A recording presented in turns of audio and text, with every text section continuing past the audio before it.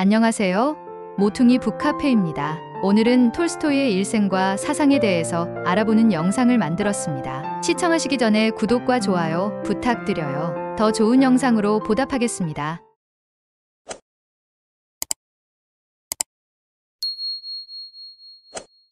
19세기 사실주의 문학의 대가이며 사상가였고 개혁가였던 레오 톨스토이는 1828년 9월 9일 러시아 야스나야 폴리아나에서 니콜라이 일리치 톨스토이 백작과 마리아 톨스타야 백작 부인의 5자녀 중 넷째로 태어났습니다. 톨스토이는 2살 때 어머니를 여의고 9살 때 아버지를 여의면서 형제들과 함께 친척들 사이에서 자랐습니다. 그는 1844년에 카잔대학교에서 법학과 동양어를 공부하기 시작했으나 공부에 흥미를 느끼지 못하여 학업을 포기하고 고향으로 돌아와 모스크바와 툴라 등지를 돌며 느슨하고 여유로운 생활을 이어갔습니다. 그가 이 시기에 쓰기 시작한 그의 젊은 시절을 모티브로 한 소설 어린 시절은 1852년에 출간되었습니다. 이 시기 도박빚이 많았던 그는 1851년 형과 함께 코카서스로 건너가 군인이 되었습니다. 톨스토이는 크림 전쟁 당시 포병 장교로 복무했으나 전쟁으로 인한 사망자 수에 경악하여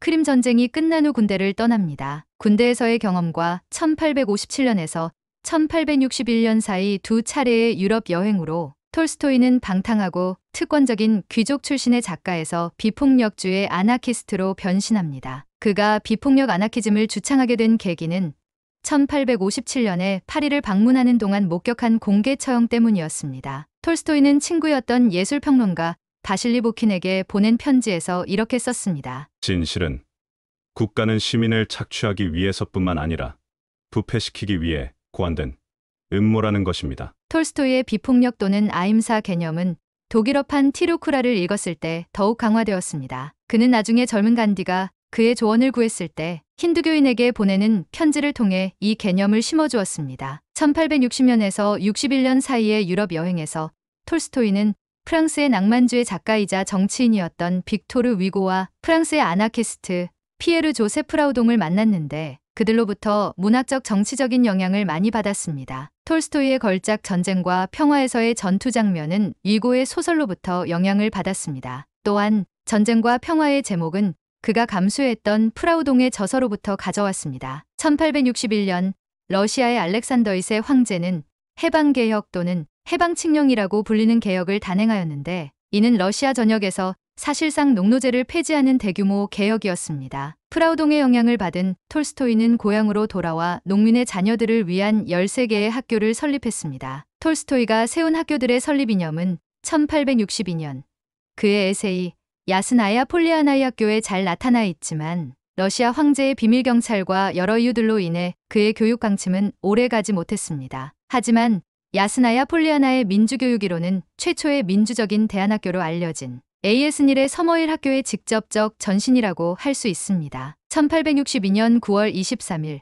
톨스토이는 16살 아래인 궁정이사의 딸 소피아 안드레브나 베우스와 결혼했습니다. 결혼 전날 톨스토이가 성적으로 방탕했던 자신의 과거와 영지의 농노 중 한 명이 아들을 낳았다는 사실이 쓰여져 있는 일기를 소피아에게 주면서 두 사람의 결혼은 처음부터 불안하게 시작되었습니다. 그럼에도 불구하고 초기 결혼 생활은 행복했고 톨스토이가 전쟁과 평화, 안나 카라리나를 쓰는 동안 그의 아내 소피아는 그의 비서, 편집자, 재무관리자의 역할을 해냈습니다. 그러나 톨스토이의 신념이 점점 급진적으로 바뀌면서 아내와의 관계는 악화되었고 영국의 전기작가이자 컬럼니스트인 A.N. 윌슨은 두 사람의 말년을 문학사에서 가장 불행했던 삶 중 하나로 묘사했습니다. 두 사람의 관계는 말년에 톨스토이가 엄격한 채식주의를 선택하면서 더욱 악화되었고 1910년 어느 겨울밤 82세의 나이로 가출을 단행한 그는 아스타포보 기차역에서 쓰러진 채 역장에게 발견되었으며 결국 폐렴으로 사망했습니다. 톨스토이의 소설은 그가 살았던 러시아 사회를 사실적으로 표현했습니다. 1863년에 출판된 코삭에서는 코카서스 소녀와 사랑에 빠진 러시아 귀족의 이야기를 통해 코카서스의 삶과 사람들을 묘사했습니다. 1877년에 출판된 안나 카레리나에서는 사회의 관습과 거짓에 갇힌 여성과 들판의 농민들과 함께 일하고 그들의 삶을 개혁하려는 철학적인 지주의 이야기를 들려줍니다. 톨스토이는 작품 속 인물들의 자신의 이미지를 많이 투영했습니다. 예를 들면 전쟁과 평화의 피에르 베주코프와 안드레이 공작이 그랬고 안나 카레리나에서의 레빈이 그랬으며 부활의 네클류도프 공작이 그랬습니다. 그의 작품 전쟁과 평화는 방대한 스토리와 통일성으로 역대 최고의 소설 중 하나로 평가받고 있습니다. 이 소설에는 580명의 인물이 등장하며 이야기는 한 가정에서 나폴레옹의 본부로 러시아 알렉산더 1세의 궁정에서 오스트렐리츠와 보로디노의 전장으로 이동합니다. 톨스토이는 이 소설의 아이디어를 1825년 12월 26일에 러시아에서 있었던 반제국주의 인사들에 의한 쿠데타에서 얻었습니다. 그는 이 쿠데타의 원인을 파헤치고자 전쟁과 평화를 집필했기에 이 작품을 소설이라고 생각지 않았습니다. 안나 카레리나 이후 톨스토이는 기독교 주제에 집중했고 1886년에 출간한 이반 일리치의 죽음과 무엇을 해야 하는가 와 같은 후기 소설은 급진적인 아나코파시즘, 기독교 철학을 발전시켜 1901년에 러시아 정교회에서 파문되는 계기가 되고 맙니다. 아나코파시즘이란 모든 형태의 권위에 반대하고 불필요한 강압을 포함해 사회 계층을 유지하려고 노력하는 국가와 자본주의를 없애려는 정치 철학인 아나키즘 운동에 평화적이고 비폭력적인 형태의 저항을 사용할 것을 주장하는 아나키스트 사상파입니다. 또한 톨스토이는 1899년에 발표한 그의 마지막 소설 부활에서 인위적인 법의 부당함과 제도화된 교회의 위선을 폭로합니다. 톨스토이는 지공주의를 탐구하여 말려내는 지공주의의 강력한 옹호자가 됩니다. 지공주의란 조지주의 또는 조지즘이라고 불리기도 하며 우리나라에서는 토지공개념이라고 알려진 경제이념입니다. 미국의 정치 경제학자였던 헨리 조지가 주장했던 경제이념이자 철학으로서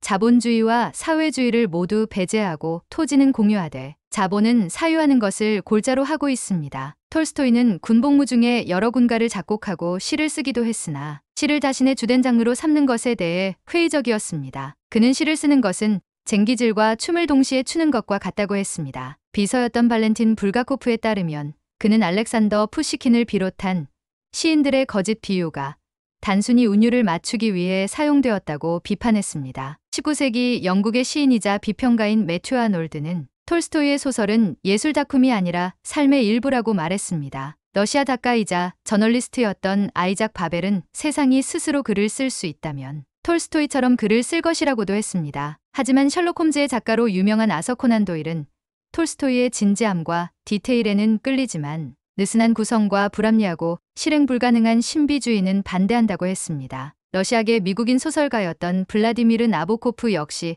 톨스토이의 작품들에 대한 비평에서 이반 일리치의 죽음과 안나 카레리나는 높이 평가했지만 전쟁과 평화, 부활 등에는 작품의 명성에 의문을 제시했습니다. 이렇듯 모든 작가나 비평가들이 톨스토이의 모든 작품들을 높이 평가했던 것은 아니었지만 그가 세계의 위대한 작가들 중 한 명이었음에는 이견이 없는 듯합니다. 독일의 철학자 쇼펜하우어의 저서 의지와 표상으로서의 세계의 깊은 감명을 받은 톨스토이는 점차 금욕적 삶을 선택하게 되며 그의 저서 고백에도 쇼펜하우어의 글을 인용했습니다. 1884년 톨스토이는 자신의 기독교 신앙을 고백하는 내가 믿는 것이라는 책을 썼습니다. 그는 예수의 가르침에서 특히 산상에서의 설교와 다른 뺨을 돌리라는 말씀에 영향을 받았다고 했으며 이는 그에게 비폭력 평화주의로 이해되었습니다. 그는 진정한 기독교인은 교회나 국가의 지도가 아닌 이웃과 하나님을 사랑하라는 계명을 따르는 것을 통해 구원을 받을 수 있다고 믿었습니다. 그리스도의 가르침에 근거한 그의 철학의 또 다른 특성은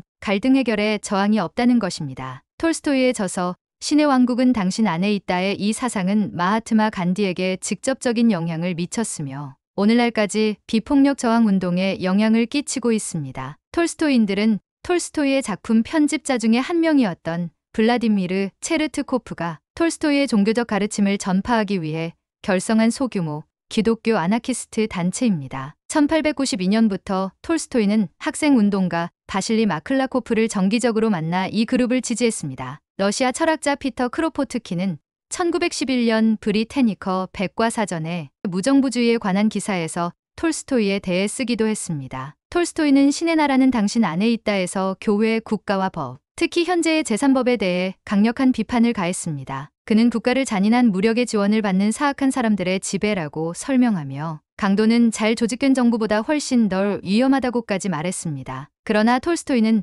아나키스트 혁명의 폭력적인 수단에 대한 옹호는 거부했습니다. 1908년 톨스토이는 인도가 식민 통치로부터 독립하기 위한 수단으로서 비폭력에 대한 자신의 신념을 설명하는 힌두교인에게 보내는 편지를 썼습니다. 이 작품은 러시아의 유명한 작가이자 사상가로부터 인도의 독립을 지지받기 위해 간디가 보낸 2개의 편지에 대한 톨스토이의 답장으로 구성되어 있으며 인도 신문에 실려 간디가 사람들에게 비폭력 저항을 설득하는데 도움이 되었습니다. 1899년에서 1901년에 청나라에서 일어난 복서 반란, 즉 위화단 운동은 톨스토이에게 중국 철학에 대한 관심을 불러일으켰습니다. 톨스토이의 비폭력 철학은 중국 사회주의 연구협회의 무정부주의 단체의 사상 형성에 영향을 끼쳤습니다. 톨스토이는 의화단 운동을 지지하고 러시아, 독일, 미국, 일본 및 기타 8개국 동맹군대의 잔악 행위를 맹비난했습니다. 그는 비판의 일환으로 중국 국민에게 보내는 편지를 썼습니다. 1902년에는 니콜라스 2세의 중국 내 활동을 묘사하고 비난하는 공개 서한을 쓰기도 했습니다. 톨스토이는 에스페란토 운동의 주요 지지자이기도 했습니다. 에스페란토 운동이란 1887년 폴란드인 자메노프가 만든 에스페란토를 배우고 쓰자는 대한언어 운동입니다. 에스페란토란 언어 패권주의에 반대하고 국제적 소통의 어려움을 해소하고자 알파벳의 기본을 두고 만든 국제어입니다. 우리나라를 비롯해 국제적으로 협회가 설립되어 있으며 현재까지도 활발히 운동이 진행되고 있습니다. 톨스토이는 또한 러시아의 영적 기독교 단체인 두코보르족이 1895년에 평화적 항의로 무기를 불태운 것에 깊은 감명을 받았습니다. 그들이 비정통적 신념으로 러시아 정부의 박해를 받자 캐나다로 이주하는 것을 도왔습니다. 1882년부터 채식주의에 관심을 갖기 시작한 톨스토이는 1885년에 톨스토이를 방문한 윌리엄 페이로부터 영향을 받아 채식주의자가 됩니다. 그러나 엄격한 채식 식단을 선택한 건 1890년대부터였습니다. 그는 1893년에 채식주의자 입문을 위한 에세이 첫 번째 단계를 출간하기도 합니다. 그는 이 에세이에서 육류 섭취는 도덕적 감정에 반하는 행위의 수행, 즉 살상을 수반하기 때문에 부도덕하다고 썼습니다. I.S. 리스토브스키와 같은 톨스토이 비판자들은 톨스토이가 엄격한 채식주의자가 된 후 글쓰기 재능이 쇠퇴했다고 주장했습니다. 어린 시절부터 사냥을 즐기던 톨스토이였지만 1880년대부터는 사냥을 중단했고 1890년에는 블라디미르 체르트코프의 사냥 반대 팜플릿의 서문을 쓰기도 했습니다. 사상가로서의 톨스토이는 사회주의자가 아닌 기독교 무정부주의자로 여겨졌지만 그의 사상과 업적은 여전히 사회주의 사상가들에게 영향을 미쳤습니다. 톨스토이는 러시아 국민들을 위해 출판할 의도로 자신의 작품의 상속인으로 13번째 자녀 알렉산드라를 지정하고 블라디미르 체르트코프를 자신의 작품 편집자로 지정했습니다. 1920년대에 톨스토이의 영지인 야스나야 폴리아나는 소련 정부의 승인을 받아 톨스토이인들의 공동체 지역으로 남을 수 있게 되었습니다. 소련 정부는 톨스토이인들과 같은 종교 종파가 러시아 농민의 모델이라고 생각했기 때문에 기독교 중심의 이 공동체를 허용했습니다. 소련 정부는 부동산의 소유권을 갖고 있었지만 야스나야 폴라니아에서 제공하는 교육은 톨스토이의 딸 알렉산드라가 관할했습니다. 대부분의 소련 학교와 달리 야스나야 폴리아나의 교육은 군국주의적 훈련을 제공하지 않았고 무신론을 가르치지도 않았습니다. 그러나 1928년 이후 소련 정권의 문화 정책이 바뀌면서 톨스토이의 영지를 포함한 지역 기관이 정부에 인수되었습니다. 1929년에는 톨스토이의 자녀 알렉산드라가 야스나야 폴리아나의 수장직에서 물러나고 소련 정부의 교육보건위원회가 통제권을 장악했습니다. 소련은 세계적 대문호이자 사상가였던 톨스토이의 비폭력 저항과 인권, 생명 존중 등의 사상은 배제한 채 체제선전의 글을 이용하기 위해 그의 작품들을 출판했습니다. 블라디미르 레닌은 톨스토이에 대한 여러 에세이를 썼는데 톨스토이의 무저항 사상 등이 1905년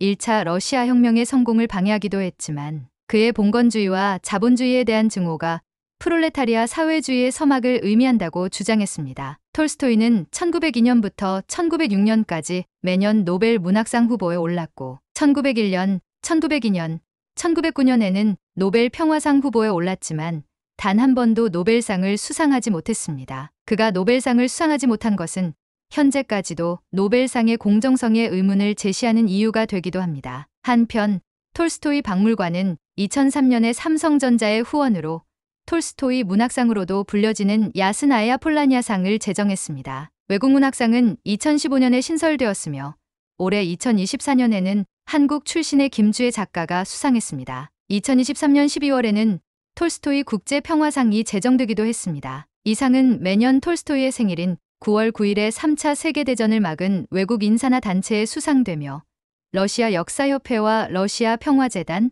러시아 군사역사협회에 의해 수상자가 결정됩니다.